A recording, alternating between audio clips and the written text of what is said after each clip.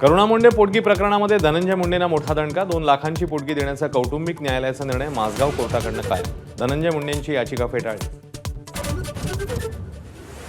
आपल्याला प्रेमपाशात अडकवणाऱ्याला धनंजय मुंडे 20 कोटी देणार. करुणा मुंडेंचा सुनावणीनंतर खळबळजनक आरोप. मला चित्रपटांची ऑफर असूनही मुंडेंसह राहण्याचा निर्णय. करुणा मुंडेंचा दावा. दीनानाथ मंगेशकर रुग्णालयातल्या वादानंतर वैद्यकीय संचालकांचं पत्र. इमर्जन्सीमधील कुठल्याही रुग्णाकडून आजपासून अनामत रक्कम घेणार नाही.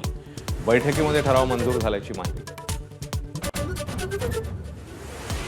रुग्णालयाने याआधीच चांगलं काम केलं असलं तरी कालचा प्रकार असंवेदनशील. मुख्यमंत्री वक्तव्यावर ठाम. चुकीला चूक म्हटलंच पाहिजे, फडणवीसांनी बजावलं.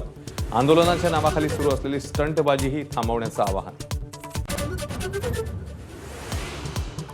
बँकांमधील मराठीच्या आग्रहाचं आंदोलन थांबवा. राज ठाकरेंचे कार्यकर्त्यांना पत्राद्वारे आदेश. बँकांमधील मराठीची जबाबदारी आता सरकारची. राज ठाकरे यांची भूमिका. शेतकऱ्यांच्या कर्जमाफीवर कृषी मंत्र्यांचं वादग्रस्त वक्तव्य. विरोधी पक्षांची कोकाटेंवर कडाडून टीका. तसं बोलले असतील तर माफी मागतो. महसूल मंत्र्यांची सारवासारव. सहाय्यक पोलीस निरीक्षक अश्विनी बिद्रे हत्या प्रकरणी मुख्य आरोपी अभय कुरुंदकरसह दोघे दोषी. राजेश पाटीलची निर्दोष मुक्तता. 11 एप्रिलला शिक्षेची सुनावणी. बीड जिल्हा कारागृहातील हाणामारीचा मास्टरमाइंड वाल्मिक कराडच. महादेव गित्तेचा आरोप. कराडच्या आदेशावरूनच सुदर्शन घुले, प्रतीक घुलेने साथीदारांसह आपल्यावर हल्ला केल्याची गित्तेची तक्रार.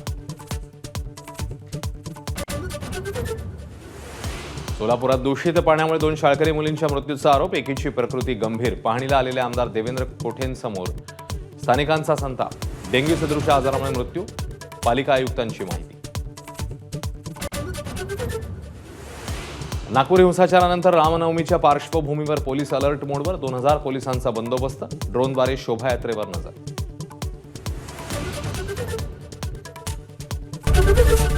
एबीपी माझा, उघडा डोळे बघा नीट.